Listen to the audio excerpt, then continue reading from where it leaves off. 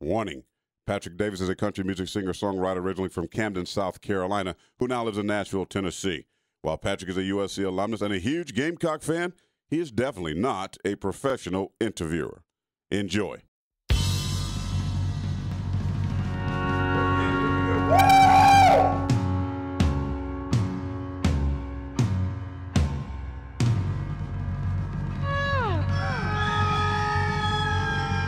Well, I barely slept a wink last night, 'cause I could hardly wait to wake up this morning on game day.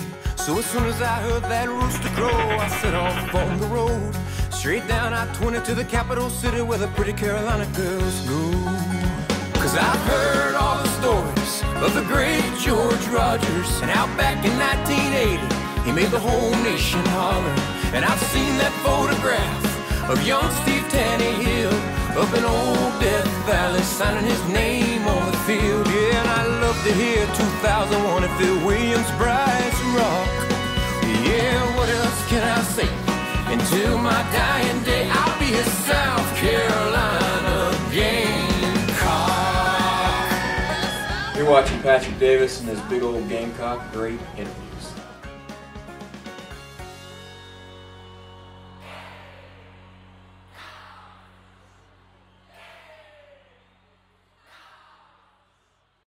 I'm here with former Gamecock place kicker and punter Ryan Succop, who is now in the NFL playing for the Kansas City Chiefs. Very glad to have you, man. Thank you so much for doing this, man. What was your favorite part of game day at USC? But I would have to say just the excitement, playing in front of the fans. You know, obviously running out in 2001 is a thrill. You know, I don't think you can experience anything like that anywhere else. Why do so many beautiful women cheer for South Carolina and so many ugly women cheer for Clemson? You know, I've always wondered the same thing, and it is true. That's all I know. I'll tell you what, married a Carolina girl. I know, I married a Carolina girl. I guess I outpunted my coverage a little bit. I got lucky.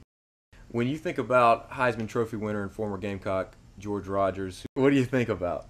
Well, you know, it's cool to know that a Heisman Trophy winner played here, and I've had a chance to meet George several times now, and man, he's just one of the funniest guys you'll ever be around, and you know, it's just cool to see somebody that was that successful, and you know, get to know him now. Steve Tannehill's mullet was A, amazing, B, a product of the 90s, C, the most amazing thing to ever touch the back of a Gamecock jersey, or D, all of the above. I'm gonna have to say C, probably the greatest thing to ever touch the back of a Gamecock jersey. You know, my wife now actually says that when she was a little kid, she grew up in South Carolina, and when she was a little kid, she had the hat that had the little mullet coming out the back of it. So I don't know. I guess she was 5 or 6 years old and wearing that thing around the house. So I've got to go with that. During your playing days at Williams-Brice, what was the loudest moment, the loudest game?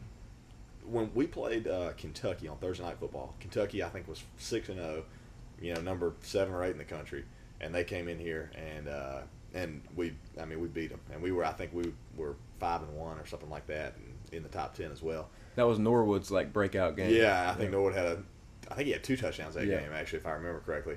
But you know, I'll never forget that game against Kentucky. I mean, that was awesome. You grew up in Hickory, North Carolina. Mm-hmm. Did you always know you wanted to be a South Carolina Gamecock? I didn't always know I wanted to come to South Carolina. I actually kind of grew up a little bit of a Tar Heel fan. You know, once I came down and visited South Carolina, obviously I fell in love with it. I fell in love with the campus, the people down here, the fans, and you know, it doesn't take coming to too many games to see that the SEC is a little bit different than other places. So I knew I wanted to be a part of that. What do you consider to be your greatest Gamecock moment? You know, obviously when we beat Clemson in 06, you know, that was just a anytime you beat Clemson is awesome. Yeah. But overall, I would say it was just the fact that when I was here, you know, as a team, we beat Florida, we beat Georgia, we beat Tennessee, we beat Clemson. So when you think about those 4 schools, just saying that, you know, you can walk out here saying that, hey, you were on teams that beat all those schools, is awesome. Were there any tackles during your career that really stand out where you have, you know, a picture on the wall or anything? You know, I've definitly have a couple tackles that were good, but I'll tell you, this is a little embarrassing, but to be honest, I think what stands out more are some of the hits that I actually took. You know, I'll never forget playing down at LSU, and I was punting, and we had a punt, and the guy tried to block it. He got behind me, and I was running down the field to make the tackle. The guys coming up the sideline, and I ended up getting just blindsided by this guy, and I'll never remember. It was right in front of the LSU bench, and you just hear the whole LSU bench go, "Oh!" And I was like, "Oh gosh!" It's never good to see the kicker just picked off like that. No, and he's standing, jumping around all over me, and I'm like, "That just happened. That definitely just happened." Now, what was your saddest moment as a Gamecock? Probably graduating, having to leave. Yeah, that was tough. I remember senior day, and just knowing that was my last time, getting to play a game here at Williams-Brice. That's tough. It's obviously it's a kind of a bittersweet moment because it's a very exciting, very happy time, but at the same time, you realize that your playing days are over here at Carolina. So I'd have to say that last game. Who do you consider to be the biggest rival in the SEC for the Gamecocks? That's a tough question because I feel like that somewhat changes every year depending on the standings in the SEC. But for me, it was always the Georgia game. There was something about the Georgia game. It's always the second or third game of the year. It seems like whoever wins that game really goes on to have a great year in the SEC. If you could go back in time and relive one moment from your playing days at USC, what would that be? I would probably have to say the Clemson game in 06. When we went up to Clemson and beat them. Obviously it was just a crazy game. We ended up winning 31-28. Yeah. And that just beating Clemson for the first time was awesome. If you could have played with one Gamecock that you did not get the chance to play with during your career, who would that have been?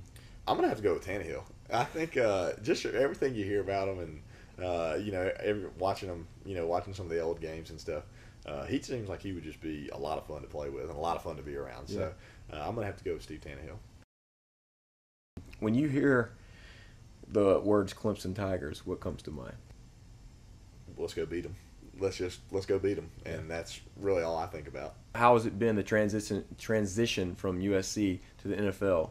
Yeah, well, you know what? I think obviously, USC prepared me for it. Absolutely, really learned how to work hard and how to prepare here, and then that was something that just carried over into Kansas City, and